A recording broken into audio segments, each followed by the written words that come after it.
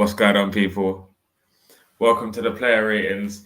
Pat wanted to say something to me just before we started, but I started it already. My bad, Pat. You can put it in the private chat to me. Special player ratings today. We're doing it live, so we're gonna go through like we do normally. Um, Make sure you check out the vlog that we done yesterday. Come out a couple of hours ago. Really good vlog. Great editing by D. Check out the live match reaction from yesterday. Um, I'm here with the one and only. He's the oracle of the fan base right now. Um, Uncle Pat, how you doing, man? I'm good. I had a long day today. There's some family stuff. Met with a school friend I haven't seen in a very, very long time, which is great. But no, I actually was by because it was in the cellar. I was by Cellar Park again today because I was there in Thornton Heath. So it was nice. Good day today. Nice family day. But just one other thing. Again, remember to like, subscribe. Truly appreciate all your support, all the positive comments, and anything you want to drop after the show's over, feel free to leave in the comments below. Yeah, so we're going to do the show normally today.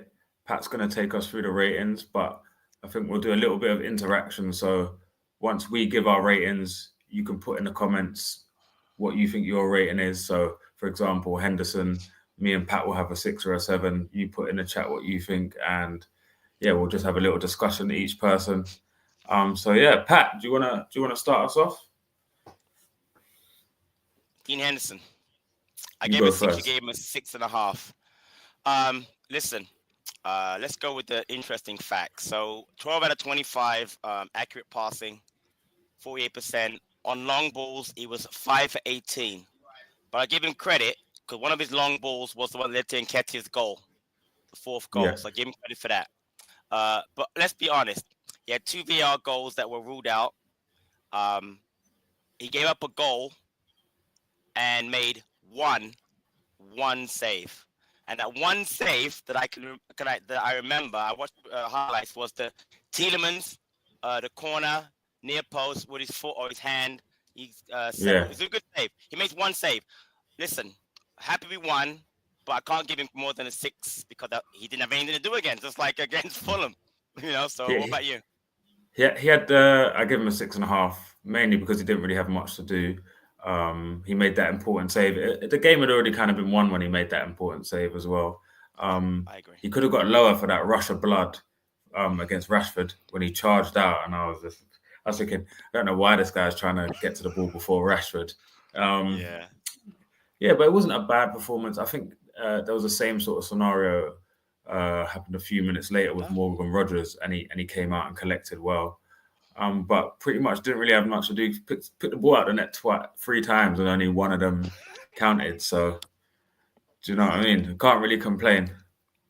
Yeah. Well, yeah. So what we got in here? So SSK says a 5 for me, a 5 here. Yeah, so we got a couple of 5s. They're a bit harsh, but making us not look harsh, Pat. I appreciate that. Next, Danny Munoz, 7.5 from me, 7 from you. Lou, you go first. Munoz yesterday. I know people are probably expecting me to come with the negativity on Munoz, but I'm just gonna say what he lacks in ability, he makes up in hard work, energy, chaos, just non-stop running. I just don't even understand what it's like. Yeah, surely this guy gets tested for PEDs on a regular basis because the engine he's got on him is ridiculous. I thought there was quite a few loose passes in the first half. He can have a rush of blood when he just steamed in and got a yellow card. I think it was like for like a headbutt steamed him with his head. It was quite late on Borgade. But yeah, great assist. It's funny because prior to that assist, there was 2 crosses that were like poor, and then Wharton just thought, let me bring it down, go on, have another go, and then it was the most pinpoint cross to Sarr. And I always like to see Munoz setting up Sarr. So yeah, I give him a 7. Yeah, it's funny. Without watching the highlights, I hadn't really. He made that same attempt at that pass twice before. You're right, before Wharton. But the ball to Sarr was absolutely beautiful. The rotation of the ball, the way it spun, and a great finish. You're right about His energy levels are ridiculous. Mhm. 3 clearances, 2 interceptions, 7 recoveries. But he did commit 6 fouls, which was Yeah. interesting. But also, for I remember the goal. It might have been the same goal. Yeah, for Sarr's second. Um, I think it was him, Richards, and maybe it was Wharton, were just pressing like mad to turn the ball over. Mhm. And just all match, I mean, I got to give credit. We'll get to the match later on. The pressing by our team was ridiculous yesterday. And of course, Munoz always on that leads. So again, oh no, it was the press for JP's goal I have here. So it was JP's goal. They win the ball on the right hand thing. So again, by him, a great performance by him yesterday.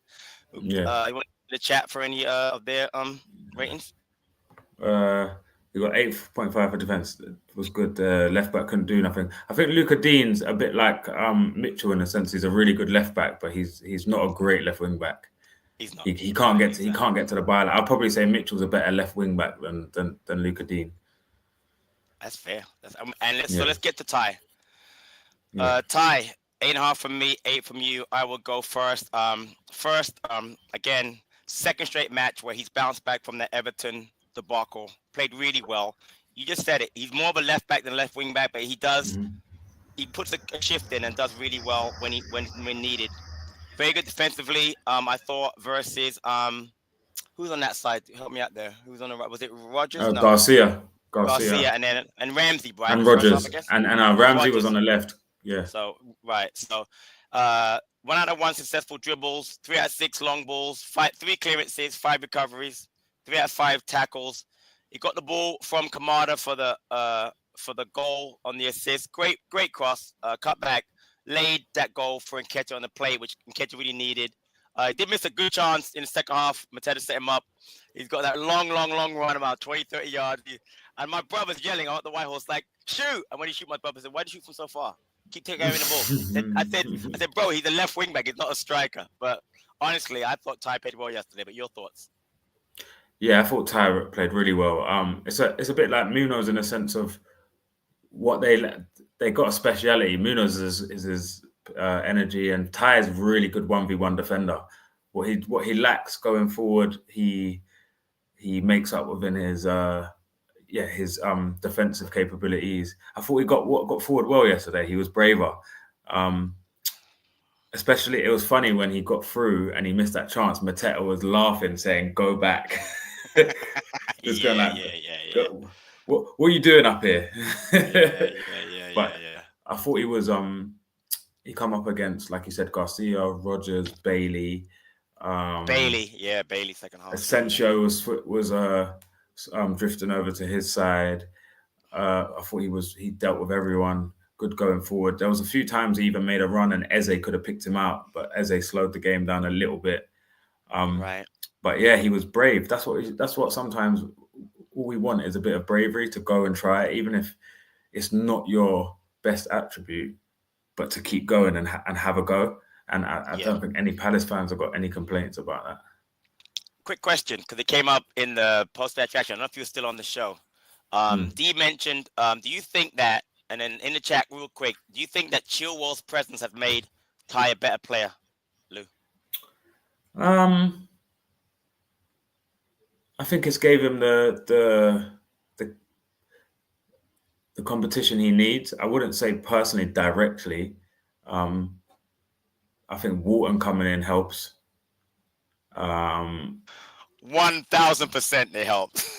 No doubt. Wharton Everyone on the pitch helps. gets helped by him. Yeah. And probably the fact that Glasner is such a good man manager, maybe he needed that. Sometimes you need to hit rock bottom to then come back. And that Everton game was a bit rock bottom, and Glasner might have put his arm around him and then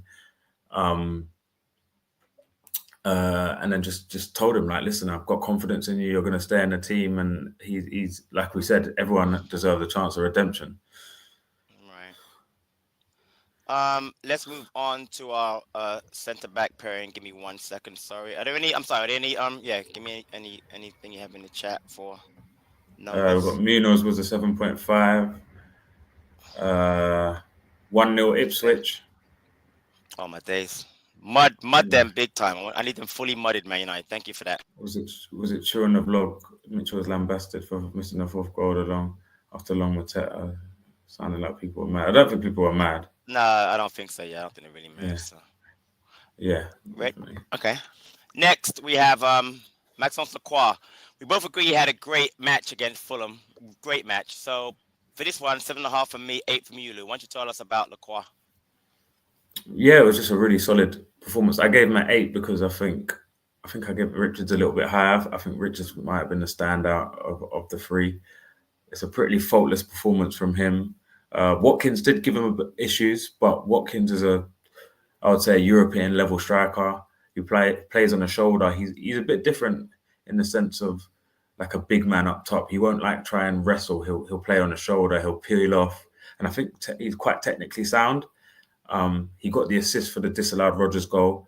He got the assist for the goal that actually stood for Rodgers. He won the header on Guehi. So yeah, I think he did the score, not the score flatters us, but like I do think Watkins gave us a bit of trouble, but they did deal with him well. So yeah, solid performance again. Not really any standout moments in terms of like progressive passing or Right. long diagonals, but yeah, really solid. Everything you say is spot on. I want to add that my notes here said all three I thought struggled a bit in the first half, best early. I think Rodgers, Watkins, and Ramsey are very, very good. So I there's no doubt that they would struggle, but they came to grips with the game. He had the fewest touches in the match total. He had 31 touches. Only That's not 15 a, out of yeah, 19. Yeah, exactly. Only 15 out of 19 passing, which is 79%. 3 out of 6 tackles, 1, 3 clearances, but ground duels, 6 for 6. yeah. He was That's the most solid there. important. Yeah, you mentioned that the Watkins thing. I won't go over that again. But my standout moment for him, where he gets a 0.5 high, I would probably give him a 7, was a celebration with Nketiah for the goal. That was fan. I just love how he does that. Exactly. You heard him Every time. screaming. You heard him screaming. Yep, yep. Yeah. So I thought, and again, as the game went on, he came to grips with the game. So I thought he did a solid game again. Anybody in the chat have anything, any comments on Lacroix or ratings? Now we've got Mitchell was great for me. Yeah, definitely. Agree. Lacroix 7 max because he's to blame for the goal. I I, I think it I was had like that. a Even though like a like a 33% of all three of them.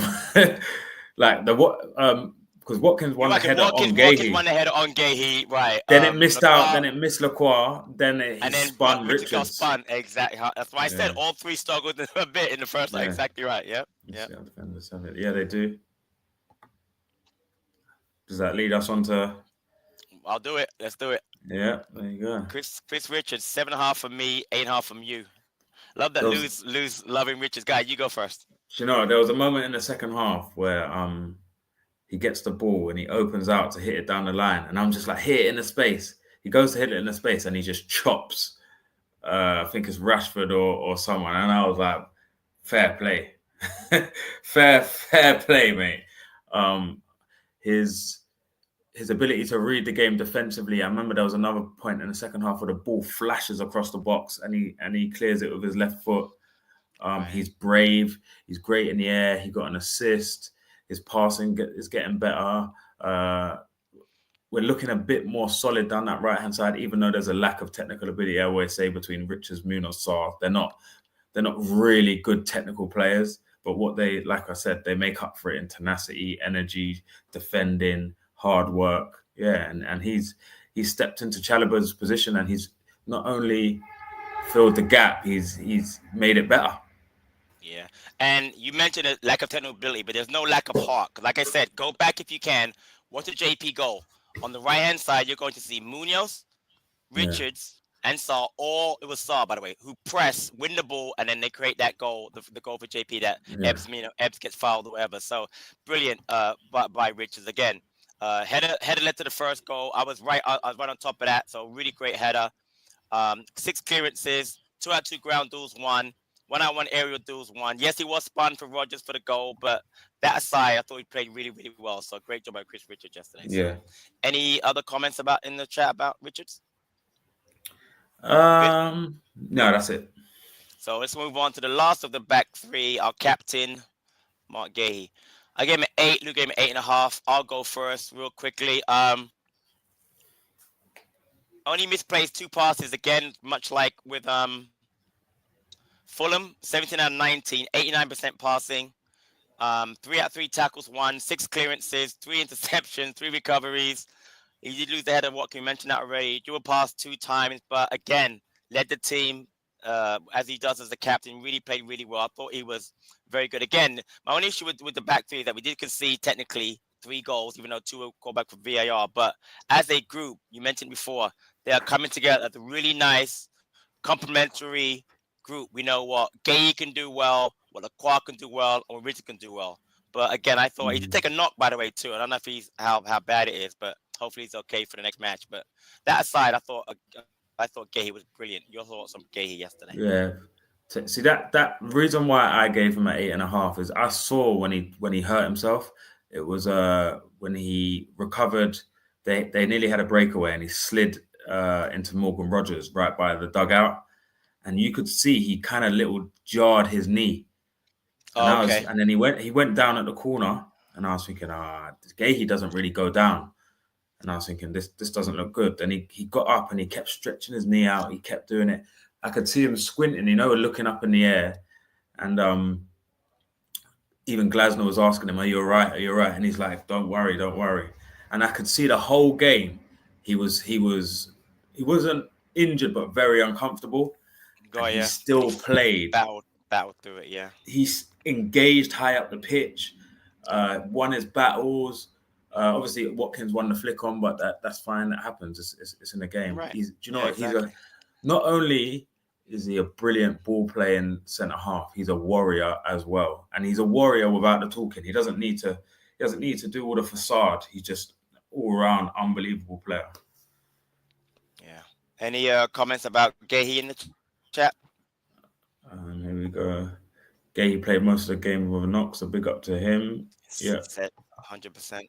Not watched the match in full yet. What do you guys think made the difference in this home game versus other recent home games where the performance were, let's say it, Adam Wharton and taking our chances. We talked about it. I mean, it's not that deep. People think it's that deep and change formation and they play a high line at home. No.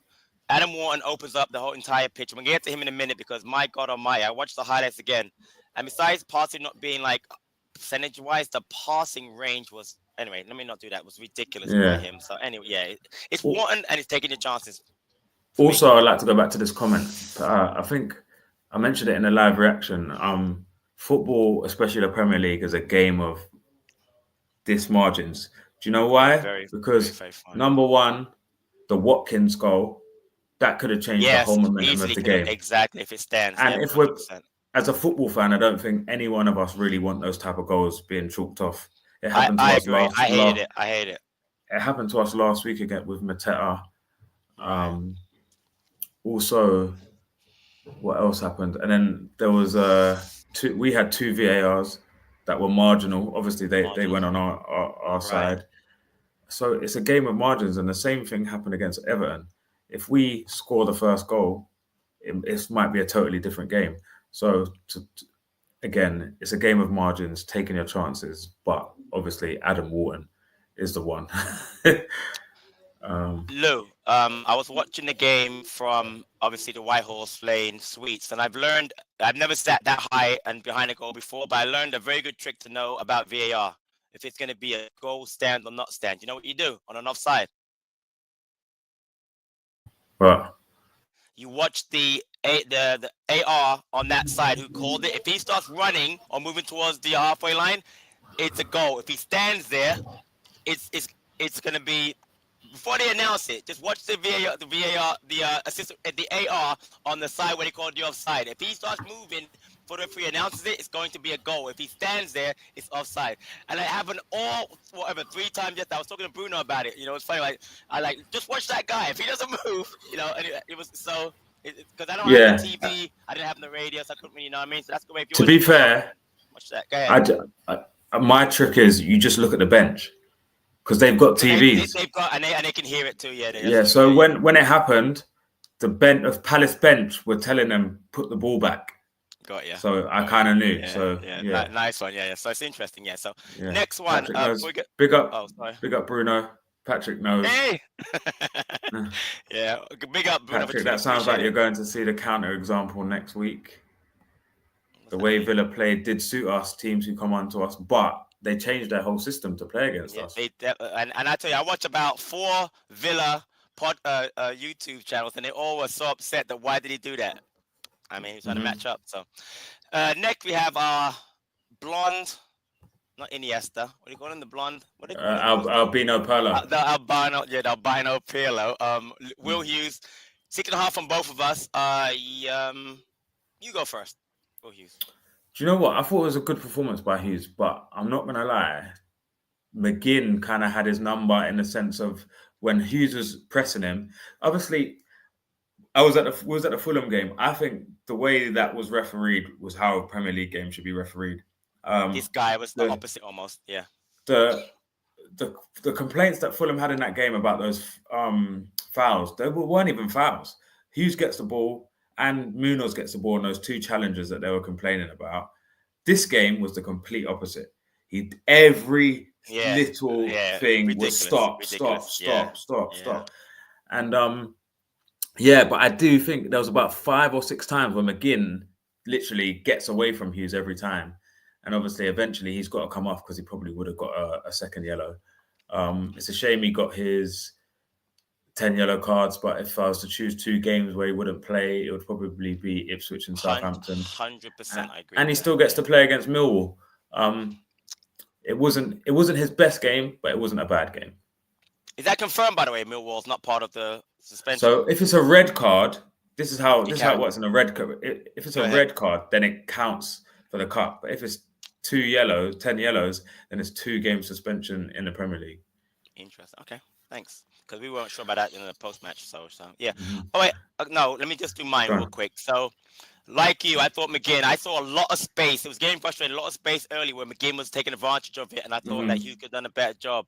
I thought McGinn bettered him for most of the first half. Passing was very good, 15 out of 18. But again, only 28 touches. It's not a lot for him. And he was dribbled past 2 times. 4 out of 10 ground duels won, and he got the yellow card, was subbed off. So he's had better games. Again, this is not a put down of Will Hughes. He's been brilliant all season. But again, I just thought that McGinn, especially first half, had the best of him. So you can throw up the comments if you want now. Yeah, sorry. Had great banter with a Villa supporter who I've worked with. He thought we battered Villa, but I think we did as well. When I see the ref we had yesterday, I get PSD from his MD1. The Brentford goal, match day 1, right? Match day 1, disallowed goal. Okay. Yeah, I'm guessing. Yeah. Gary Carver, we took our. You can look and read that. Yeah, we're not going to. Hughesy in for Millwall game. Yeah, if you want Hughesy in there you go. If you was to have one player that you want in that match, midfield, Hughes. Yeah, that match. Millwall preview out tomorrow, so look out for that one. We'll stick with the Villa game at the moment. Right. Okay. All right. Next, it's all you. Adam Wharton. 8.5 from me. I know. 9.5 from you. Man of the match. By the way, man of the match for Lou and TV, but it wasn't not the Palace fans. So, all right. So anyway, take it away. That's your favorite player, the Oracle, blah. So let's go. Yeah, Oracle, Neo, all of this. Listen, I would say Elise will probably be the best winger that ever played for Palace. Guehi might go on to be one of the best centre backs, but Adam Wharton will be the best centre midfielder I think we ever. I don't think we'll see a better one. I don't like making examples, but he's got the tenacity and the bite of like a prime Gerrard, but then he's got the ball manipulation and vision of someone like Xavi. Like, it's just a joke. He plays right foot, left foot. He reads the game when he's got the ball, when he hasn't got the ball. He's calm, composed. He never looks flustered, ever. His left foot is so sweet as well. He's got every different type of pass. He's got a lofted with his right foot. He's got the outside with his left. He can bend it in with his left to the back stick. He can play that straight ball like he did to Eze without even looking first time. He is incredible. I would pay. Most people pay to see flying wingers and dribbles and goal scorers. Listen, I pay my money all day to see someone like Wharton. He is incredible. Yeah, I mean, again, I watched the highlights. I didn't watch the full match back, and I watched the which is another thing you should watch, all angles for the goals. And my God, watching Adam Wharton for that second goal, the Sarr goal, the way he wins the ball and plays the ball out the several times to Munoz, the JP goal, he plays in ebbs. He's involved in everything. People talk about what were we missing. It was him. The kid is ridiculous. I'm telling you, man, he's unbelievably talented. It's really scary because the funny thing, the stats are they kind of lie. He was 21 out of 30 passing, but when I watched him, I didn't see him misplace a pass, but obviously he did, right? 9 of them, but he created 3 chances, 1 out of 1 crossing, 7 recoveries, he's defensively excellent, 2 out of 3 long balls, 2 out of 2 aerial duels won. He's winning headers, 4 assists ground duels. The guy it's his first league start, by the way. This is October 27th versus Spurs. And he was absolutely brilliant. I mean, I'm not saying he wasn't my man of the match, but I could have given him a 9, but I just thought that the person we get to next was slightly better. But he was brilliant, man. I mean, he was so good. I mean, I don't even know. I'm not going to add because you're so good at talking about Wharton, but he just at a different level. Sees the game differently, plays it differently than everybody else on the pitch. He's just brilliant. So he changes every single. The only team I'm trying to think, I don't think there's one team in Europe he doesn't improve. I don't think there's one team in Europe. There's not one. He changes Arsenal. He changes Chelsea. He changes. We don't have to do that. Exactly. We don't have to do Man City. Imagine him and Rodri. Imagine him and Rice. Imagine him in Liverpool with Gravenberch. He is just ridiculous. Like, he is next level. We'd be lucky to get one more year of this guy. It's probably a blessing in disguise that he's had this injury. It is for me. Same with Decore. I don't know if he would be gone in summer. He would be gone. He would be gone 100%. He might still be gone, but. And I said it. I even said, I went back to my tweet from February last year. It was the February the 14th. I tweeted it. When did he arrive? The end of Jan. Yeah. I only had to watch 3 or 4 games to say this kid will be £100 million player easily.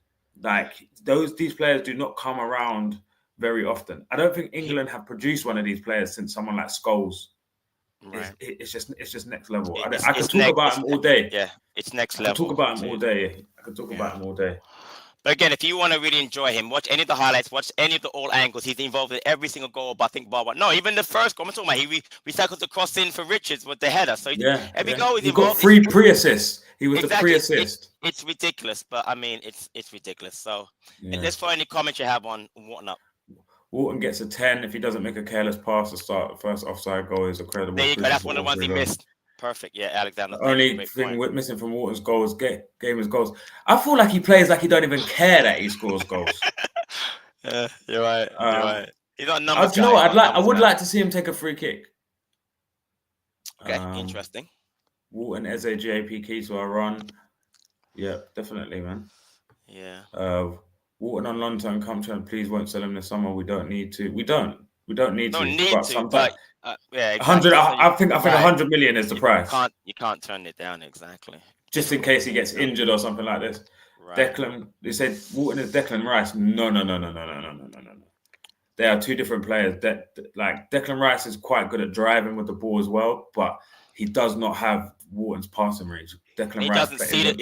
Right. Well, a couple of things. He doesn't see the game the way that. He's not. Read it. And he's not a progressive passer. And he's left-footed, and I'm sorry, being left-footed it helps. It's a major difference. You can find a ton of right-footed players that play a certain way, but left-footed, nah, they're not there. Yeah, I don't think Declan Rice is a really progressive passer. He's he breaks up the play and stuff like that. But right, exactly. Next player we have, we can start with Ebbs. 8 from me. 7 from you, Lou. You want to go first on Ebbs? Yeah, I thought Ebbs was good. Are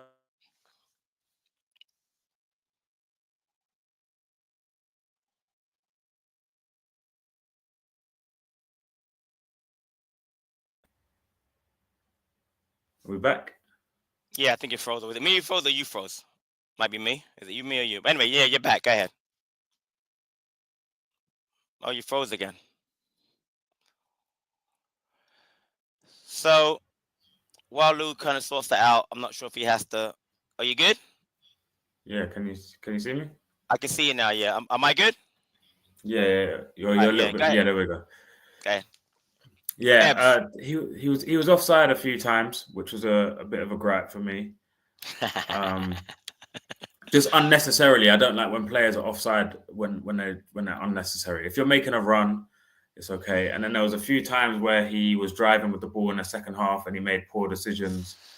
He should have shot or passed, and he dribbled. And then when he should have dribbled, he played in Mateta. When Mateta made that run to drag the player away, and then he still played it to him. But then Okay. still, he got an assist. He was calm, collected on the ball. He made runs in behind. He caused havoc. Yeah, it was a good performance. Not his best, but a good performance. All right. A good other thing he said, I thought was very influential throughout the game.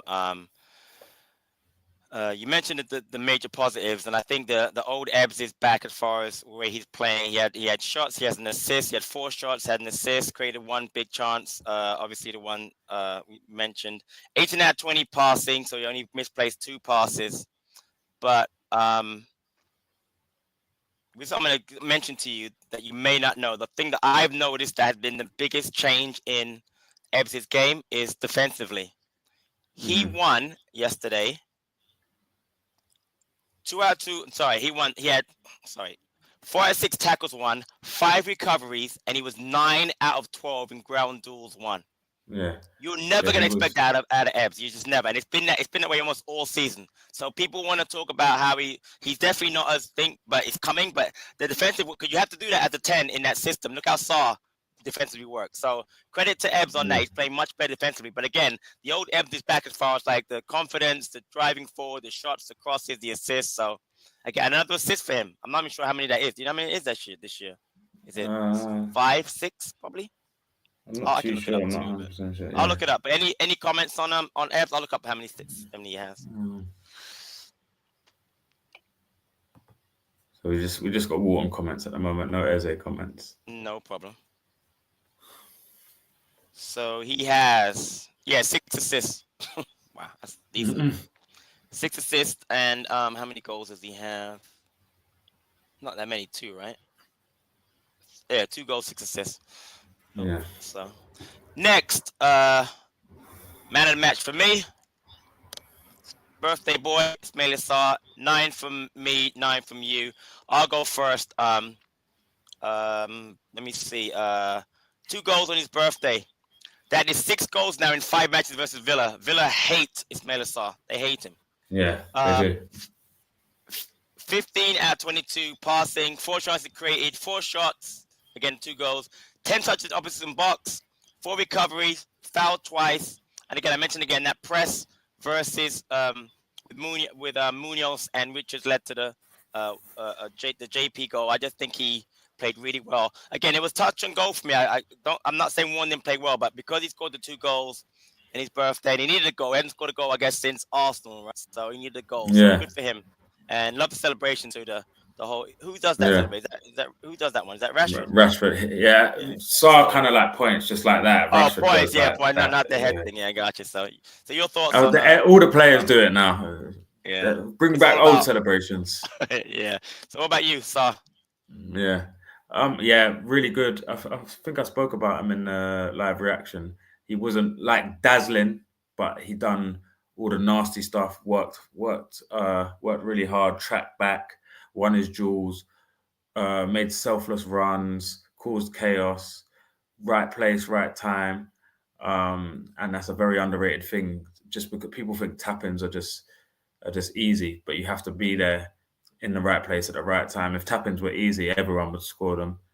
The second goal was a great finish, like the exact finish needed to get it into that bottom corner was what was produced. He could have easily shanked it because he had a similar chance in the first half where he shot and then Martinez saved it and then he knocked it over the rebound. Bar, boom, great finish.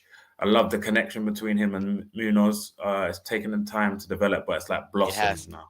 Now it is, it's brilliant now, Any comments on Sarr, my man of the match, and the website's man of the match, Palace fans? Agent Sarr was amazing. Definitely man of the match. Fair play. That's it. Mateta. All right. Last starter, JP. 8.5 from both of us. You can go first. JP Mateta. Boom, Oh, boom, boom. that finish is just, it's world class.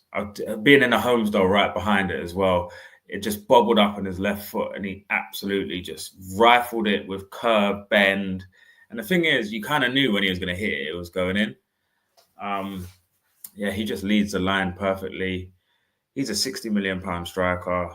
He's a 15 to 20 goal season striker. They're like gold dust, and they go from gold to diamond when you've got players like Wharton and a manager like Glasner and players like Eze around him. He just, like he said in his interview after, I score every week with him. So great interview, by the way. Great interview that was, really. Honestly. Yeah, I love it, man. I love it. Like I said, pay him the money. I agree. Passing was very good. 17 out of 23 passing with 74%. Created 2 chances. I think one was a Mitchell chance. 2 out of 2 tackles. Great hold-up play. A link-up play. 3 aerial duels, 1. 3 out of 5 ground duels, 1. His 14th goal of the season. I think it's 12 in the league, 2 in the cup. Calendar year, he has, is it the same amount of goals or more goals than Mo Salah? Same amount since February. Same, right? Both 8, right? 29. Which is mad. I don't know what to say, man. Everyone knows how much I love JP. It was great to have him score. I mean, what else can you say? Let's move on to. Oh, sorry. Any comments about JP in the chat? Do you think we keep Mateta?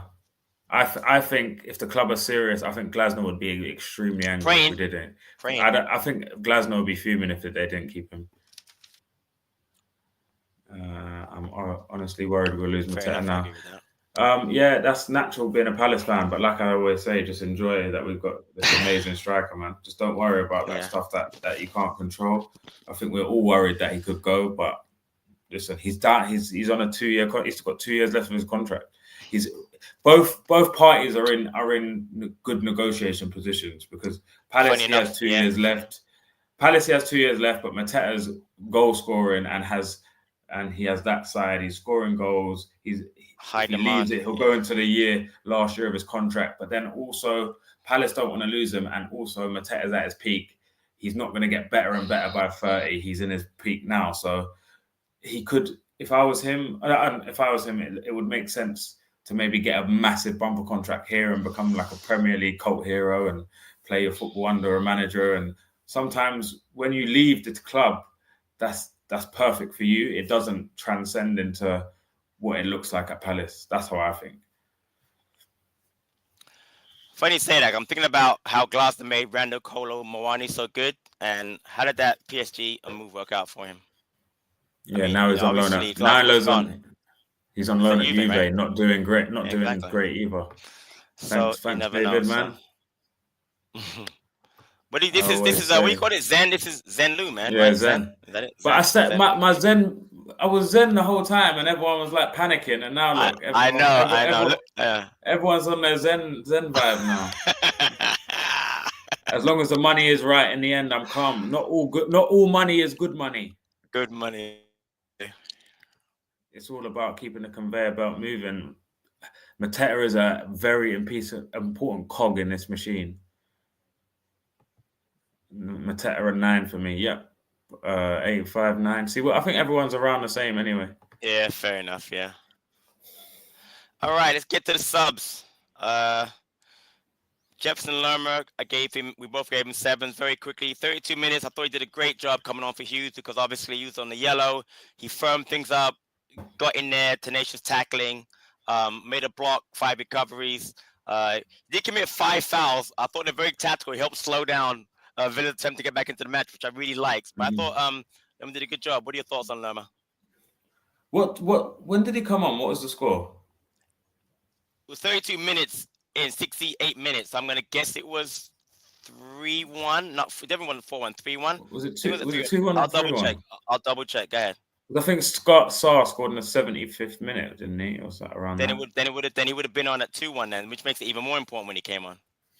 Yeah, because McGinn didn't have as much joy with Lerma. Someone fresher, a bit more physical. McGinn was getting rid of that ball much quickly, and he wasn't trying to turn. He was playing that square ball across to, was it Konza? Across the box to Konza, and a few times it looked like it was going to get cut out. He was really good when he come on. Perfect. I think D said when you're winning, especially at home, to shore up the game. Sorry.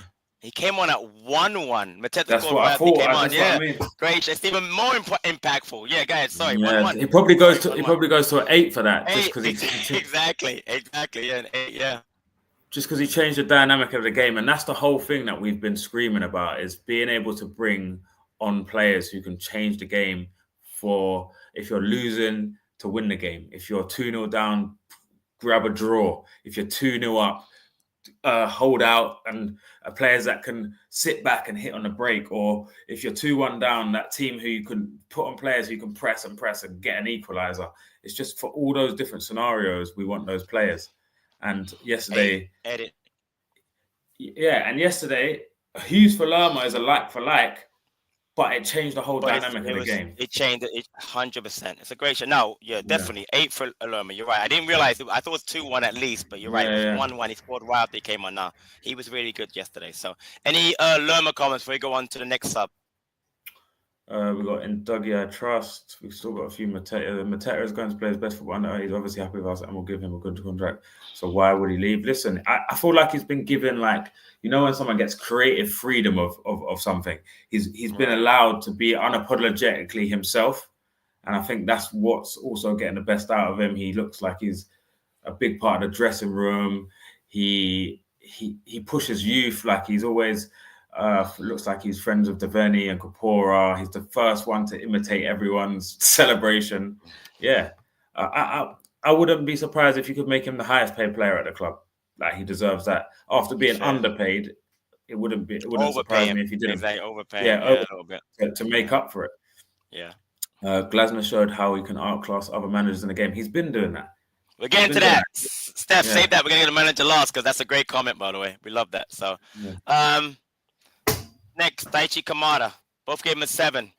I'll go first. Put in an early tackle. Loved it, because I could see it from one of the White Horse. Made the pass to Mitchell to set up Nketiah's goal. 6 out of 7 passes. Misplaced 1 pass in 12 minutes. Came on for Wharton. I know some people were like, why are you bigging on Kamada? I liked it. I love companies trying to show in some of these players, man. I know they're not necessarily fan favorites, but I love that he put him in there. 12 touches, 2 out of 2 tackles, 1, 2 out of 4 ground duels, 1. I thought Kamada was solid. And he came in at 3-1 and, again, helped make it 4-1. So I thought he played well. Your thoughts on Daichi Kamada? Yeah, again, I saw Amin and Aaron when he came on, especially when he's coming on for the Oracle. Right, exactly. Yeah. It's, I thought he done really well. I thought he put his foot in. He kept the ball well, and he got the pre-assist like Wharton did for Nketiah's goal. That will give him confidence. Nice little pass, slide pass. And it's nice that these players can come on when you're 2-0 up and 3-1 up. We've always said these players were coming on in super tight games, like tense games that was so hard to play in, that were on a knife edge. And these last 2 games, they've come on when we've got a buffer, when we're in control of a game. When the team's got confidence and they can get around them and they can express themselves. So, yeah, I'm happy with Kamada. Any Kamada comments? Positive ones only. I don't want any. We're trying to keep this. We just got a Lerma one. That's Lerma, fine. I thought was really good at 8. Yeah, we just changed it to an 8. We'll see how we're willing to change. We're willing to accept and change. Exactly. Last sub, Eddie Nketiah. 7.5 from both of us. Go ahead. No, I had a Kamada comment. Kamada suits coming on when he's not expected to win a game. I don't know about that necessarily, but that's fair. Remember, this is a European winner. Yeah, Europa League, baby. Europa League. You got 7.5 from both of us. Why don't you go first on Eddie Nketiah? I think it's great to see him score. When he came on, even I said to D, I said, "Oh, how good would it if he just gets that fourth goal?" Even we were talking about it in the group chat earlier, like before the game, how good it would be if he got a goal, and that was the perfect end to that game because it gives him so much more confidence. It's a weight off his back. No one's talking about him, and it was a chance for a cherry on the top moment that we haven't really had. We've had like really good 2-0 wins and solid wins away from home, where we've grounded out victories and we've been clinical. And then the home games, Eddie's come on and he's looked really rusty when we're chasing a game, and it looks like he's trying too hard. This time, no, he could get in the box, he could gamble, and he got his goal. And listen, it was the best thing that could have happened yesterday. Yeah, I was very happy. I had no problem with the sub. I wanted to get JP off the pitch. I was so happy that he got the goal. Listen, I'm honest when I talk about Palace. I didn't like the signing for the amount of money, but I want him to do well. And it's been a while for that first goal to come. I'm glad he got at Selhurst Park. I love the celebration he did. His in front of the homes. I love what Lacroix did. I love that every single player was there to celebrate it. You know what I mean? To be a part of it. I love that they did a post-match interview with Eddie. Building his confidence, letting him know how important the goal. I love that. I love everything about it. It was just great. I'm glad he got that goal. I'm really happy. And you're right. It was a cherry on top moment, which we haven't had a chance to have this season. So good for him. And great. So I always thought we was threatening to put someone to the sword at some point. I thought it could be the Brentford game, but I don't think it probably would have happened until Wharton got back. Yes, exactly. Should have been Everton game would have been better, but whatever, right? Yeah. That's why I think we had those feelings about it. But I did say in the preview that I did think this was we were going to win this in the sense of I think Villa. Emre's gets a bit nervous playing against Glasner. He gets himself in a proper twist, doesn't he? He doesn't know what to do. Yeah, it's weird. That is, I don't know. I don't get it either. Any Nketiah before we get to that we've awesome got, manager? Kamada, Dan CPSU, Kamada 7.5. Eddie was a perfect end to a perfect night. Yeah, like the 100%. Homelander meme. It was just perfect. Nice one. You ready for the manager? Last one. Yeah. Now I have to explain this one. All right. So what we do is we send each other in our private chat, Lou and I, or when it was D and I, the ratings. I gave Glasner a 10. I'll get to a reason why. Lou said he gave him a 50. The problem is it's out of 10, so he's not allowed to do that. I understand the reason behind it. I really do. I would have given him a million if I could, but we only got at 10, Lou. So I wanted the fans to know what you're actually thinking. So I'll go first because I want you to end the show on talking about Glasner. But again, tactically brilliant. And we tried the 3-4-2-1, and you know what Glasner said? No, this is how you do it, son. It's like this. This is how you do it. I love that. Sub, spot on. Hughes off for the yellow card in case you got a red, perfect. For Lerma, who, again, you mentioned, changed the game at 1-1. Nketiah on, scored a goal. Kamada, another really good performance. Third sub was... I got all three, sorry. That was the three subs, right. Set us up really well. Again, yes, first half, what about the central midfield, blah, blah, blah, blah, blah. But when we started to press with Munoz and Richards and Sarr on the right side, and then Ebbs and Mitchell on the other side, along with Hughes at times, it was really, really good. Again, you mentioned before, he has, don't know why, he has Emery's number. He's in Emery's head. And Emery, like him, is a European Cup winner. You know what I mean? Four times. Even more than Glasner. Top class manager. Love what he did yesterday. Everyone knows how much Lou and I love and respect Glasner. So both gave him 10s, even though Lou gave him a 50. But Lou, end the show on your praise for Glasner, please. So I call Wharton the Oracle Neo. OG is the Messiah. Yeah.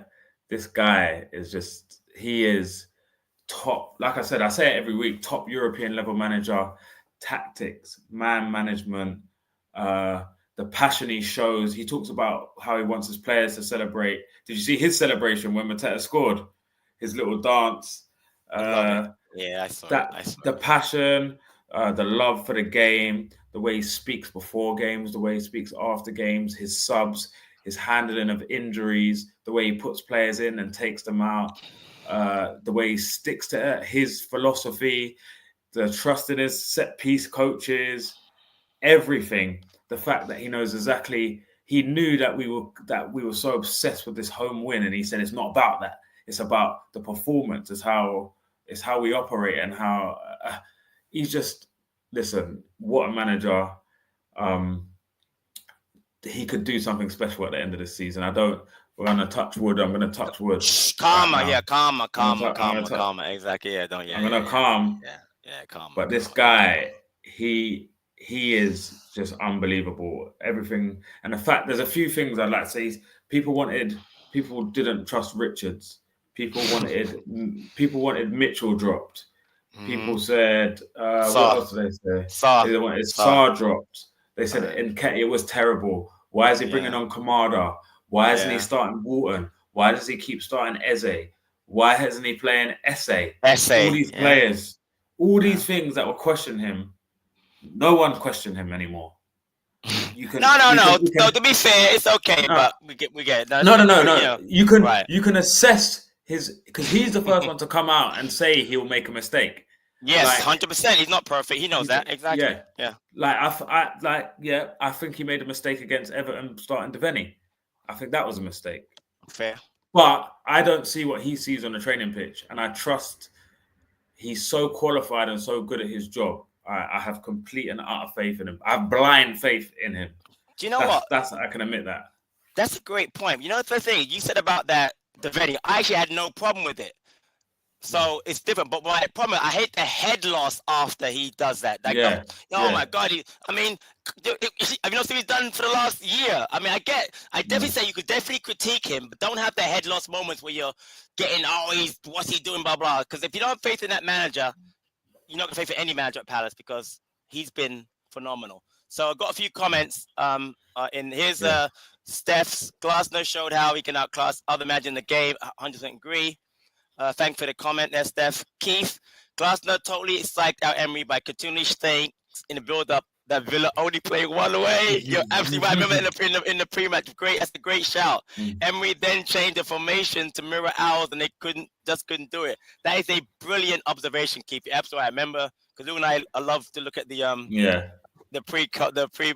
pre-match conference stuff. So and another comment here from David. Glasner always super calm, never see him lose his rag. I love that too. Funny what at one point Emery was going nuts on the sideline. It was very early. I may have been in VAR, and this is what Glasner did to him. He's like bro, calm down. It was so funny. Exactly, it was so funny. So again, Steph, before we wrap up, still can't believe anyone was saying OG out. Let's not even. Steph, you're right, and I know a couple people personally. You're right about that. We'll end on, if not a Glasner, on Mitch's comment here. Yeah, I thought that if anything made sense to me. Hey, me and you, Mitch, were in the same. Wanted to wear out Everton before, strengthen the second half since Everton's bench was so short. Just didn't come off, and I don't care. Name a manager when it doesn't come off. Every manager makes some mistakes. You know, Pep. Yeah. Look at Pep. Pep is the best manager in the world, club manager, right? And how's City doing this year? Now I looked at the phone. They're winning right now. Anyway, Lou, you want to add anything before we wrap it up? OG design the Matrix. Yeah, you look get it. I put that up there. I'm done there. I put it there. Yeah. So Millwall previews out tomorrow. Should be out tomorrow. And then Friday we've got a special episode dropping. We had Sean Scannell come on the pod. I interviewed him with D. It's a great episode, about 70, 80 minutes long. He goes into his whole upbringing in the academy, the season when we played against Sheffield Wednesday, the 3-1 against Brighton. He talks about that day at Hillsborough. He talks about all the players he played with, from Victor Moses to Johnny Williams. He talks about his career after Palace, how it finished. Yeah, it's a great episode. So look out for that Friday. That's a little warm up before the Millwall game on Saturday. And shout out for Lou on that one. Lou's the one that got that interview. I've listened to parts of it. It's brilliant. Him and Dee do a great job sitting down with Sean. So I have a Sean Scannell story I'll talk about. I just actually have lunch with a good friend of mine whose son-in-law played with Sean. You know Keith Abnett. I know Michael Abnett is. I know Michael Abnett. So Michael, yeah, Michael. I just had my friend is his daughters they have a son. Yeah. Played for Bromley. He played right back for Palace. Yeah. Anyway, anyway, we're good. We're done, Lou. All good, man. Right, so yeah, that's the play ratings. Again, check out the other content. Appreciate everybody's support. Don't forget to like and subscribe. And until next time, up the Palace. Take care, people.